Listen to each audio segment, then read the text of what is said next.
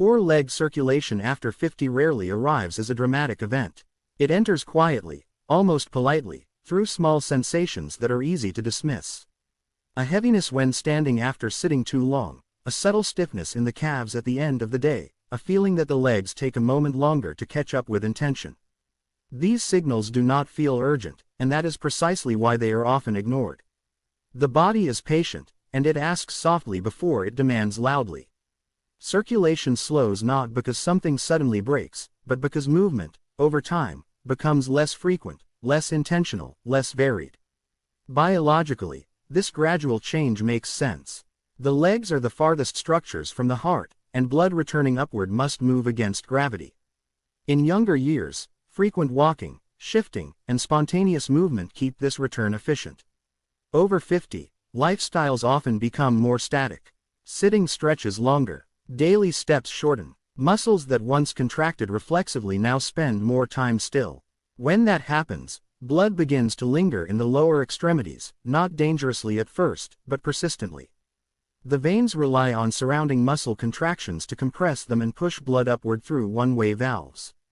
Without that regular compression, circulation slows in small increments that accumulate quietly. The nervous system adapts to this slowness. Reduced sensation becomes normalized. The brain receives fewer clear signals from the legs and begins to prioritize other regions. This does not mean damage has occurred, but it does mean communication has faded. The legs feel heavier not because they are weaker, but because the flow of information and nourishment has become less efficient. Oxygen delivery declines subtly. Waste products clear more slowly. The tissues remain alive and functional, but they operate closer to their minimum requirements. This gradual decline often escapes attention because it does not announce itself as pain. Pain demands response. Heaviness invites tolerance. Stiffness feels like age rather than a message. Yet these early sensations are the body's first request for cooperation. They are reminders that circulation is not automatic. It is participatory. The heart provides pressure, but the body must provide movement. When movement decreases, pressure alone cannot compensate. After 50, the danger is not that circulation weakens, but that it weakens unnoticed. When awareness is absent, habits do not change. The body continues adapting downward, conserving energy by reducing flow where demand appears low. This conservation is intelligent, but it comes with consequences. Reduced circulation affects skin health, temperature regulation, nerve sensitivity, and balance. It increases fatigue in the legs and lengthens recovery time after even mild exertion. Recognizing poor circulation early is an act of respect for the body's intelligence. It means understanding that these sensations are not flaws or failures, but feedback. The body is communicating its current environment and asking whether conditions will remain the same. When we respond with movement, even gentle movement, we alter that environment. Blood flow improves. Sensation sharpens. The legs feel lighter not because they have been strengthened aggressively, but because they have been reconnected to the system that sustains them. This awareness shifts the relationship with aging. Instead of reacting to decline, we begin listening to transition. Over 50, health is less about preventing catastrophe and more about responding to whispers. Circulation responds remarkably well to attention when addressed early. Blood vessels retain adaptability. Muscles remember their pumping role. The nervous system restores communication when invited gently. The quiet nature of poor leg circulation is not a weakness of the body, but an invitation to slow observation. When heaviness appears, when stiffness lingers, when the legs feel distant, these are not signs to push harder, but signals to move more wisely.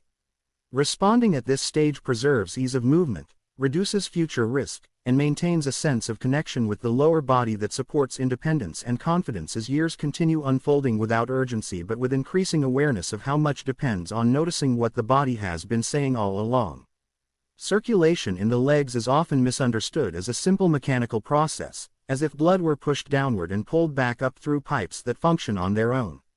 In reality, leg circulation is a coordinated dialogue between the heart, the blood vessels, the muscles, and gravity, each playing a role that becomes more noticeable after 50. The heart provides the pressure that sends blood outward, but it cannot complete the journey alone. Once blood reaches the lower limbs, the responsibility shifts to movement and structure, and this is where circulation either continues smoothly or begins to slow.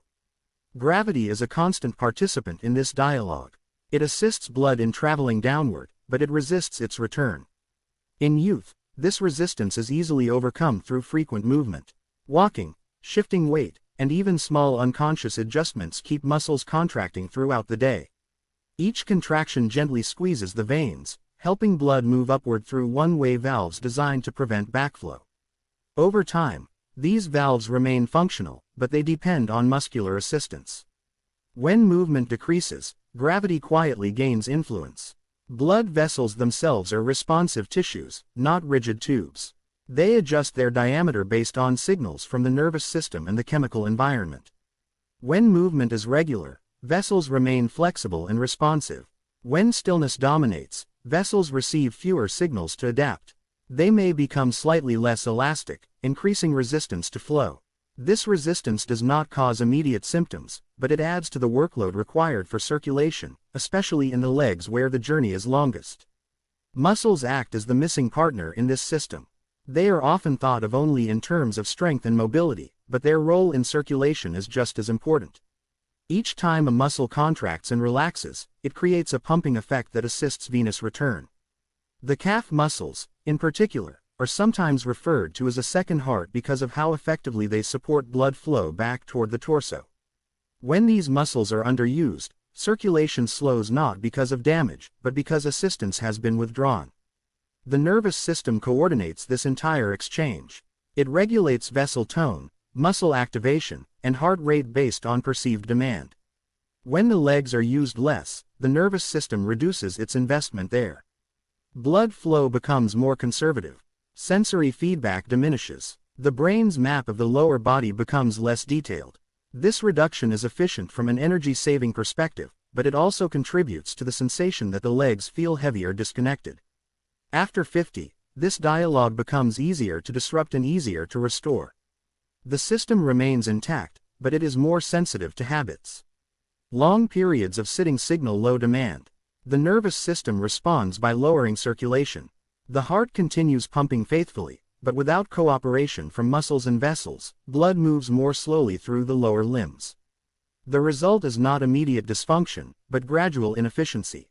Understanding circulation as a dialogue rather than a one-way process changes how we approach improvement. It becomes clear that forcing the heart to work harder is not the solution. Increasing pressure without movement increases strain. Instead, reintroducing gentle, intentional movement restores cooperation. Muscles resume their pumping role. Blood vessels receive signals to adapt. The nervous system increases its engagement with the legs. Even a single repeated exercise can restart this conversation. When performed rhythmically, it reminds the body that the legs are active participants in circulation. Gravity remains present, but it no longer dominates. Blood flow becomes smoother, more consistent. Sensation improves. Warmth returns. The system does not require complexity, only consistency. After 50, health depends less on adding force and more on restoring relationships within the body. The heart, muscles, vessels, and nervous system are designed to work together. When movement declines, that cooperation weakens. When movement returns, even gently, the dialogue resumes. Circulation improves not because something new has been added, but because something essential has been remembered, allowing the legs to rejoin the full rhythm of the body's internal exchange as it continues adapting to time with quiet intelligence. Lower leg muscles carry a responsibility that is rarely acknowledged until it begins to fade. They are not only instruments of movement but active partners in circulation, quietly assisting the heart with every step, shift, and rise from a chair. Over 50, this partnership weakens not because the muscles disappear, but because they are asked to do less. When movement becomes occasional rather than rhythmic, the pumping function of the legs slowly quiets, and blood flow loses one of its most reliable allies. The veins in the legs are structured with one-way valves that guide blood upward, but valves alone cannot move blood efficiently against gravity. They require pressure from surrounding muscles. Each gentle contraction compresses the vein, pushing blood upward to the next valve, where it pauses briefly before the next contraction carries it further. This process is incremental, almost meditative in its design. It does not depend on force, but on repetition. When muscles contract rhythmically, circulation becomes steady rather than rushed. Over 50, Many people assume that improving circulation requires strenuous activity, but this assumption often creates resistance rather than progress. Aging joints, sensitive tendons, and limited recovery capacity make aggressive exercise difficult to sustain. What the circulatory system truly needs is not intensity, but consistency of muscle engagement. A single exercise that repeatedly activates the lower leg muscles in a controlled and comfortable way can restore much of the pumping action that daily life no longer provides. This kind of exercise works not by exhausting the muscle, but by waking it up. The nervous system responds differently to gentle, repeated contractions than it does to forceful exertion. Gentle rhythm signals safety. It allows blood vessels to relax while muscles assist flow. The heart benefits as well, because improved venous return reduces the effort required to maintain circulation. The system becomes more efficient without becoming stressed. The beauty of a single focused exercise lies in its simplicity. When the movement is easy to remember and easy to perform, it is more likely to be repeated daily. Repetition retrains not just the muscles, but the brain's expectation of movement. The nervous system begins to anticipate activation in the legs. Blood flow increases in preparation. Sensory awareness improves. The legs feel more present, more responsive, not because they have grown stronger, but because they have rejoined the body's circulatory conversation. This rhythmic activation also influences the health of the blood vessels themselves. Vessels respond to changes in flow. When blood moves more smoothly and regularly, the inner lining of the vessels receives signals that support flexibility and resilience. This reduces resistance over time, allowing circulation to improve even when the body is at rest. The effect is subtle, but cumulative. The legs spend less time in stagnation and more time in gentle motion, even between exercises. For older adults, this approach offers dignity. It does not demand pushing through pain or proving endurance. It respects the body's current capacity while inviting it to function more fully. A single exercise becomes a daily conversation with the legs, a reminder that they are still capable of assisting, still capable of adapting. This builds confidence, which further encourages movement throughout the day, reinforcing the cycle of improved circulation. As circulation improves, secondary benefits emerge. Swelling reduces. Temperature regulation improves. The skin receives better nourishment. Nerves regain sensitivity. Balance becomes more reliable. These changes are often attributed to strength or flexibility, but at their core, they reflect improved blood flow supported by muscular rhythm. The lower leg muscles do not require complexity to fulfill their role. They require opportunity. When given a simple, repeatable task, they resume their function naturally. Over time, this restores a sense of lightness and connection in the legs that many assume is lost to age. In reality, it was only waiting for movement to return in a form the body could welcome, allowing circulation to rebuild itself quietly through cooperation rather than strain. After 50, the body responds less to moments of effort and more to patterns it can rely on. This is especially true for circulation. Blood flow improves not because of what is done occasionally, but because of what is done repeatedly. Intensity may create short-term sensation, but consistency reshapes physiology. When movement becomes part of the daily rhythm, the circulatory system adapts in ways that occasional exertion cannot achieve. The aging body values predictability. Hormonal systems, blood vessels, and the nervous system all adjust their behavior based on repeated signals. When an exercise is performed daily, even for a short duration, it becomes a signal the body expects. This expectation reduces resistance. Blood vessels relax more readily. Muscles activate more efficiently. The heart does not need to increase force, because cooperation within the system improves. Intensity, by contrast, often introduces stress. High-effort movements can elevate heart rate sharply and increase vascular tension. For younger bodies, this stress is often tolerable and even beneficial. After 50, recovery slows, and stress signals linger longer. When circulation-focused exercise becomes stressful, the nervous system may interpret it as a threat rather than support. Blood vessels constrict instead of relax. The intended benefit is diluted. Consistent low-impact movement avoids this problem. It works below the threshold of strain, allowing the nervous system to remain calm. Calm encourages openness in the vascular system. Over time, blood vessels become more responsive to subtle changes in demand. They widen when needed and relax more completely at rest. This flexibility is critical for healthy circulation and is best developed through repetition rather than force. Daily repetition also retrains muscular behavior. Muscles that are activated briefly but consistently maintain tone and responsiveness without fatigue. The lower leg muscles, in particular, benefit from this approach. Their role as circulation pumps depends on readiness rather than strength. When activated every day, they remain available to assist blood flow throughout the day, even during simple activities like standing or walking short distances. The nervous system plays a central role in this adaptation. It prioritizes efficiency. When it recognizes that certain muscles are used regularly, it allocates more resources to them. Blood flow increases. Sensory feedback sharpens. Coordination improves. This is not a conscious process, but an automatic response to repeated behavior. Consistency teaches the nervous system where attention is needed. There is also a psychological benefit to consistent exercise. When a movement feels manageable and non-threatening, it is easier to maintain. This reduces internal resistance and increases adherence. The absence of struggle matters. Struggle often leads to avoidance. Ease invites repetition. Over weeks and months, this repetition accumulates into meaningful physiological change. Circulation improves gradually under these conditions. The improvement may not be dramatic from day to day, but it is reliable. Legs feel lighter more often. Recovery from sitting is quicker. Sensations of heaviness diminish. These changes reflect improved venous return and reduced vascular resistance, achieved without exhausting the body.